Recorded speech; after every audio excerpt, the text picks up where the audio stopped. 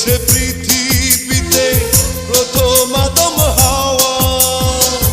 সেই প্রেমেরই সূত্র ধরে তোমায় কাছে পাওয়া।